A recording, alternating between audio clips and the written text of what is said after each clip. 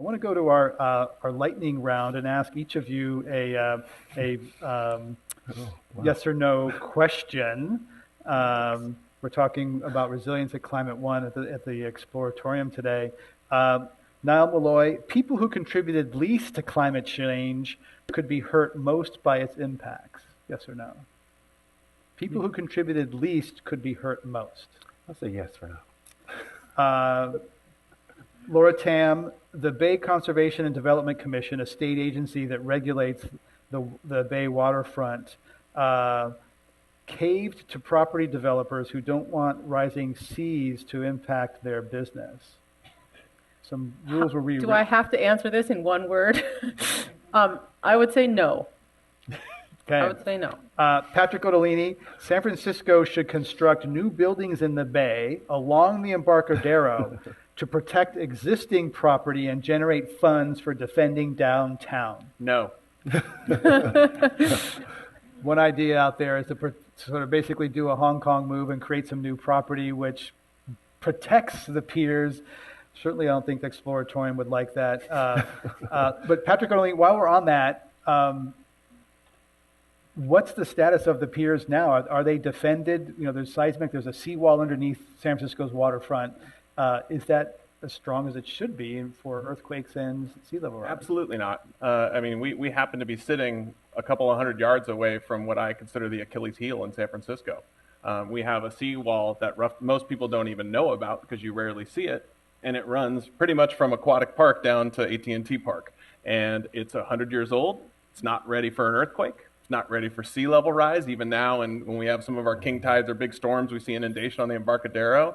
It's got every major utility passing through it. Oh yeah, and it's also got the BART Transbay too that takes hundreds of thousands of people in and out of San Francisco every day. So, I mean, if you talk about one piece of infrastructure where we start to see it hit every box on the hazard list, it's our city's seawall. How much does it cost to fix it? I mean, back of the napkin sketch, I think we're talking about $4 to $6 billion. So it's very real money to do a piece of infrastructure like this. And where's that money come from?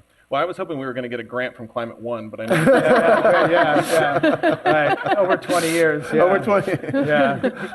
Laura Tam, property developers will have expanded responsibilities in the era of rising seas. Yes. They will embrace those responsibilities wholeheartedly. No.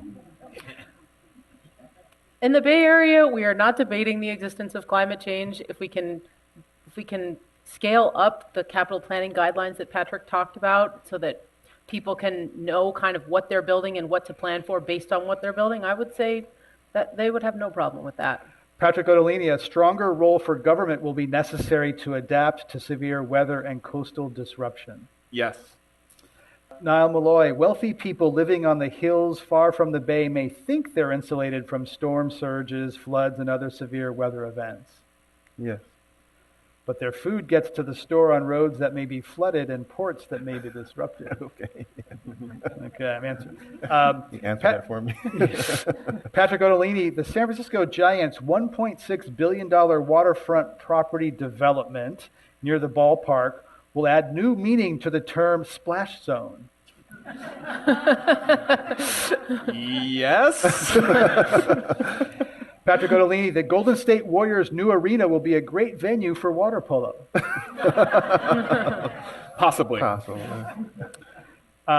Malloy, if Oakland redevelops the Coliseum and Oracle Arena and waits a few years, it will have the waterfront sports complex city leaders have long wanted. Yes. Sort of. All right, that ends our lightning round. Let's go to Andrew on that point with how they do. I think they did pretty well.